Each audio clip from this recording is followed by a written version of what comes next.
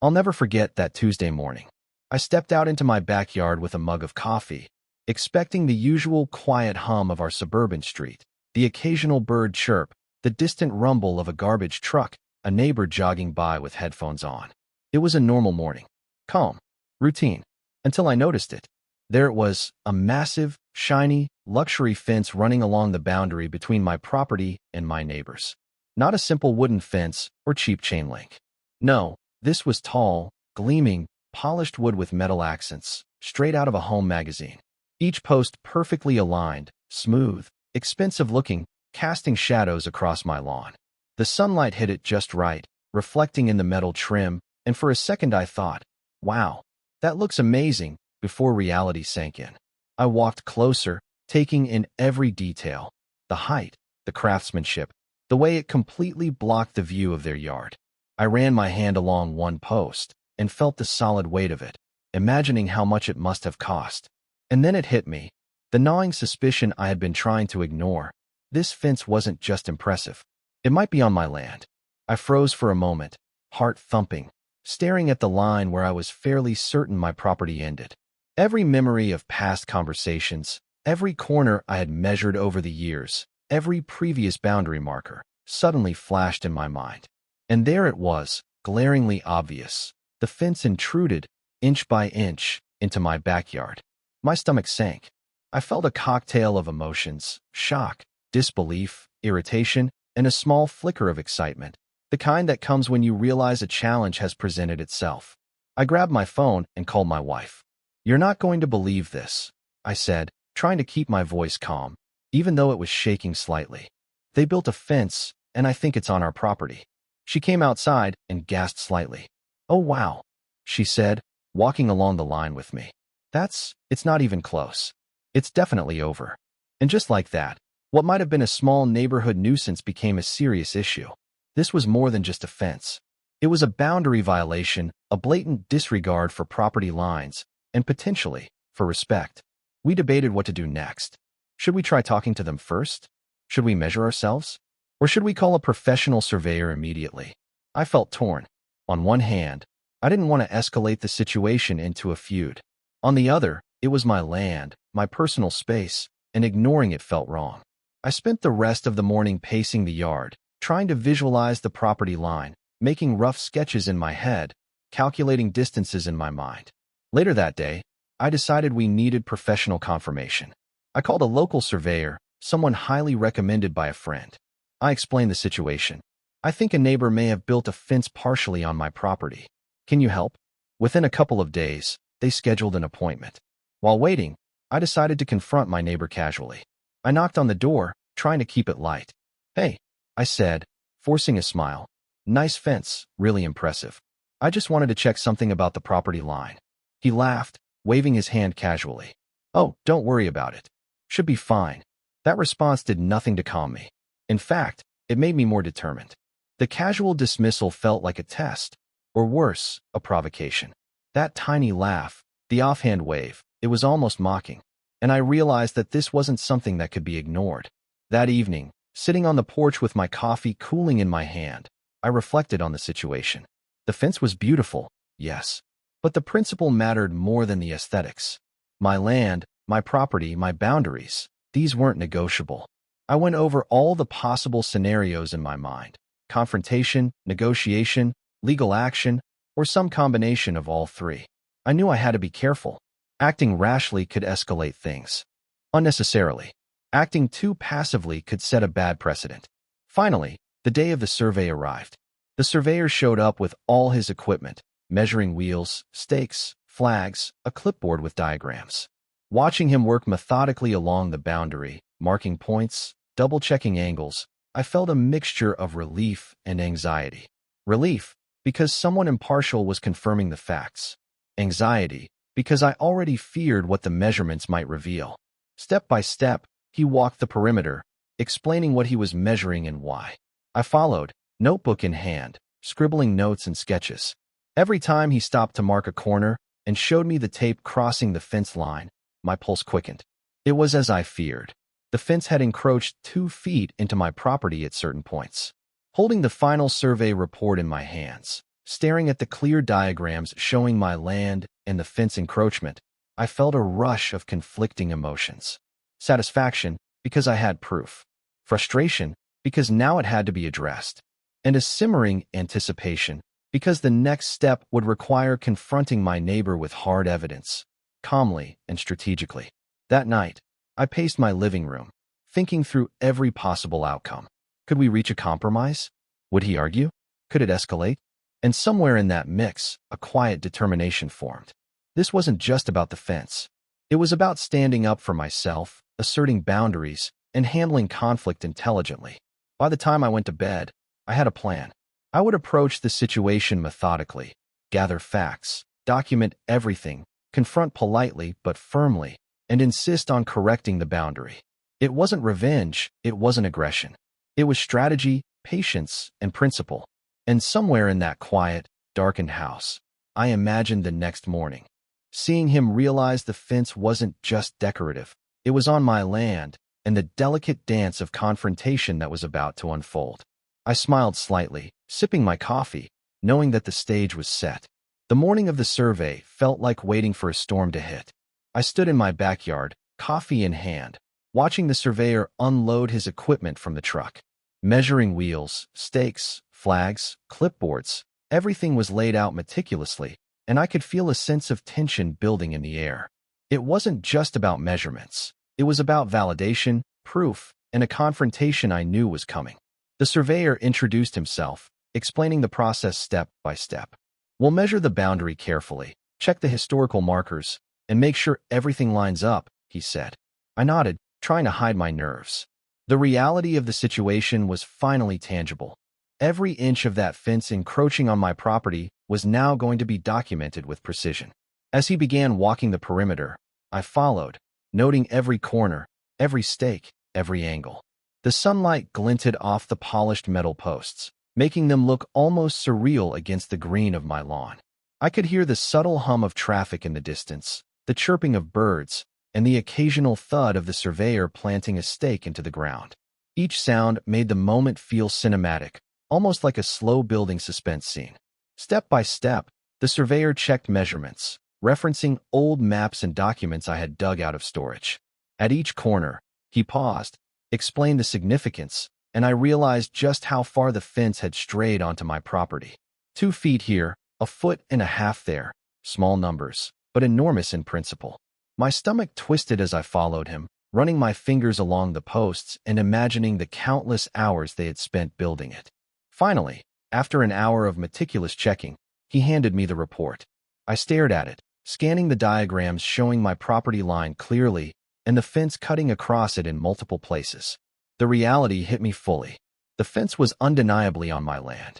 A rush of conflicting emotions surged, vindication, frustration, and an almost giddy anticipation of the confrontation to come. That afternoon, I decided to talk to my neighbor. I approached his front yard cautiously, trying to keep my voice calm, casual, almost conversational. "Hey," I said, trying to mask the tension. "I wanted to show you something about the fence."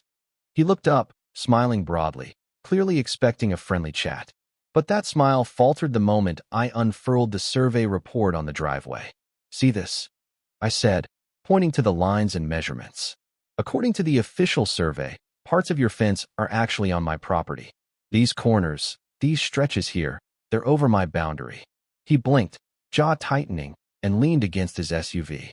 "Oh, well, I thought it was close enough," he said, voice casual, defensive.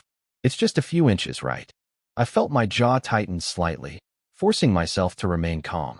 "It's more than a few inches," I said evenly, pointing at the report. "In some areas, it's 2 feet. It's clearly on my property, and I didn't authorize it. I'm asking that it be moved back." The silence stretched. I watched him shift from one foot to the other, hands flexing, a subtle battle of pride and acknowledgement playing out in his posture.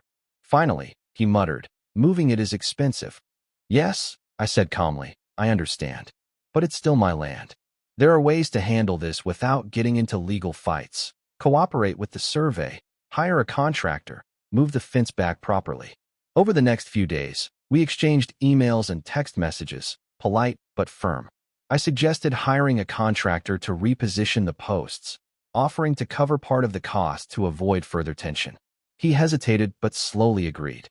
Each interaction felt like a chess match, asserting ownership without aggression, maintaining calm while guiding him to the correct solution. During this period, my brother came by. He walked along the fence, shaking his head. "Man, they really went all out," he said, a grin tugging at his lips. "And on your property, no less." I nodded, grateful for the reassurance. It was a reminder that I wasn't overreacting, that the principle of boundaries mattered. Meanwhile, the surveyor returned one last time to mark the stakes and ensure no ambiguity. Watching him plant each marker, measure angles, and double-check distances gave me a quiet sense of control. Every stake in the ground was a statement. This is my land, clearly defined. Finally, the day came to act. I had the contractor lined up, estimates printed, the surveyor's markers in place. I walked up to my neighbor's yard, taking a deep breath. "Everything's ready," I said, holding the documents. "We can fix this today, move the fence properly, and avoid any issues." He glanced at the papers, then at the fence, and finally at me. Pride and stubbornness battled on his face. "All right," he said reluctantly. "We'll move it." As the contractor began disassembling the posts, I noticed small moments that made the whole ordeal feel almost cinematic. My neighbor muttering under his breath, pacing nervously. The surveyor pointing out angles and boundaries with precision. The workers hefting posts, struggling with the weight, shaking their heads at the effort involved. And I stood there, coffee in hand, observing the human behavior unfolding. Pride, embarrassment, strategy, and compromise all in one backyard. Cassie, my neighbor across the street, came over to watch quietly. She leaned against her gate, chuckling softly. "Wow," she said, "they went all out for nothing." I smiled. "Yep, but at least it's getting corrected." Her laughter added a lightness to the tension, a reminder that even serious conflicts have absurd, almost humorous sides. By midweek, the fence had been partially dismantled, and the contractor was carefully repositioning posts along the true boundary. The sun cast long shadows across the lawn, highlighting the stakes, the angles, and the clean line that was finally being restored. I could feel a quiet satisfaction, a sense of control and fairness restored. This wasn't about winning a battle. It was about asserting my rights responsibly. Late Friday, the surveyor came back to double-check measurements. "Perfect," he said, nodding. "Everything's aligned. No ambiguity now." I felt a quiet thrill of victory. Months of anxiety, planning, and meticulous observation had paid off. The fence would be back on its proper line, and the principle of respect had been upheld. And somewhere amid the hammering, measuring, and shuffling of stakes, I realized an important lesson. Patience, preparation, and strategic action often win over immediate confrontation. The quiet, methodical approach, not yelling, not arguing, not impulsive reactions, achieved the best outcome. As the day wound down, I stood in my yard, watching the final posts being set. I could see subtle changes in my neighbor's demeanor, shoulders relaxing, posture less rigid, a grudging acknowledgement of his mistake. And I felt a sense of satisfaction that wasn't just about the fence. It was about principle, strategy, and human behavior. The week had been exhausting, yes, but it also taught me the value of preparation, documentation, and calm negotiation. I sipped my coffee, watching sunlight reflect off the fence, the shadows aligning perfectly with the stakes, and I knew the next chapter, final resolution, was about to begin. By late Friday afternoon, the final posts of the fence were being adjusted, and the contractors were carefully aligning everything along the proper boundary. I stood back in my backyard, coffee in hand, taking in the scene. The sunlight reflected off the polished wood and metal posts, now sitting precisely where they were supposed to be. The stakes marked the true line, clear and undeniable. For the first time in a week, I felt a deep, quiet satisfaction. This wasn't just about property. It was about principle, patience, and strategy. My neighbor hovered nearby, hands in pockets, shifting from foot to foot. Pride, embarrassment, and reluctant acknowledgement mixed in his posture. "All right," he muttered, glancing at the fence. "I see it now. It needed to be done correctly." "Yes," I replied evenly, letting the words land without any edge. "Everything's in the right place now. No issues, no confusion." It was fascinating to watch his subtle change in demeanor. Shoulders relaxed, jaw unclenched, eyes briefly meeting mine without defiance. The silent acknowledgement was more powerful than any argument or raised voice could have been. It was proof that calm, strategic action, grounded in facts and preparation, was far more effective than confrontation. Cassie, my neighbor across the street, strolled over, leaning casually on her fence. "You handled that beautifully," she said with a chuckle. I honestly thought he'd push back harder. I laughed, nodding. It wasn't easy, but sometimes patience and preparation do the trick. The workers moved methodically, reinstalling the fence along the newly marked line. I watched every hammer strike, every post lifted, and felt a subtle thrill. Not from aggression or revenge, but from the satisfaction of seeing things corrected fairly and efficiently. The surveyor came by one last time, measuring angles and confirming alignment. "Looks perfect," he said, giving me a small smile. I nodded, heart still pounding slightly from the tension of the week. And yet, even in victory, there was room for humor. As the final post was being lowered, one corner leaned ever so slightly off-kilter. My neighbor gave a sheepish grin, scratching his head. "Well, maybe one corner needs a tiny adjustment," he said, trying to lighten the mood. I laughed. "Next time, we double-check the map first, yeah?"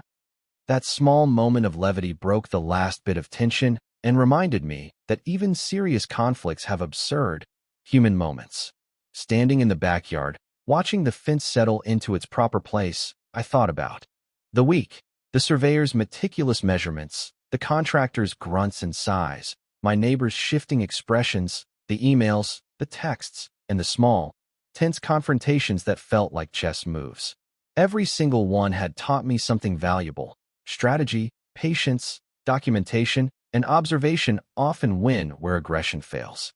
The sun dipped lower, casting long shadows across the lawn, and I felt a wave of relief and satisfaction. Not just because the fence was back in its proper place, but because the principle had been upheld. My land, my boundaries, my rights, all respected without escalating into an unnecessary feud. My neighbor finally approached me directly, a faint smile on his face. "I guess we both learned something here," he said quietly. "Next time, I'll check before building anything." I nodded. Exactly. And that's all I wanted. A clear line, no ambiguity, and respect. Cassie waved goodbye with a grin, clearly enjoying the drama she had observed from the sidelines. "Honestly, this will make a great story someday," she said. I chuckled, shaking my head. It already feels like one. As I walked through my backyard later that evening, sipping the last of my coffee, I reflected on the lessons of the week. A fence, a simple structure of wood and metal, had revealed so much about human behavior, negotiation, and patience. It had tested my ability to stay calm under pressure, to observe carefully, to plan strategically, and to assert my rights without creating unnecessary conflict. And for the first time, I felt a sense of mastery over the situation that was far more satisfying than victory achieved through anger or confrontation. Even in the quiet, I couldn't ignore the lingering thought.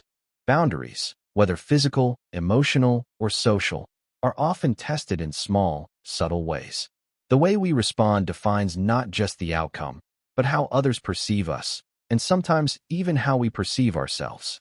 Standing there, looking at the perfectly aligned fence, I realized that quiet, calculated moves often carry more weight than loud, impulsive actions.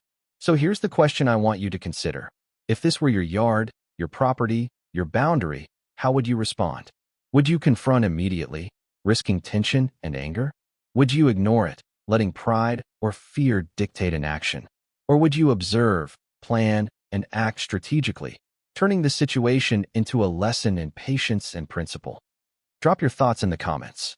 Share your stories of boundary disputes, neighborhood conflicts, or clever resolutions. Let's see who approaches these situations with impulsive confrontation and who takes the long, thoughtful path. Because sometimes, even a simple luxury fence can teach lessons about patience, human behavior, and standing your ground effectively. And as the last rays of sun glinted off the properly aligned fence, I leaned back in my lawn chair, coffee in hand, and smiled. The battle had been won, not with anger or shouting, but with preparation, observation, and strategy. And that, I realized, is a lesson that extends far beyond property lines.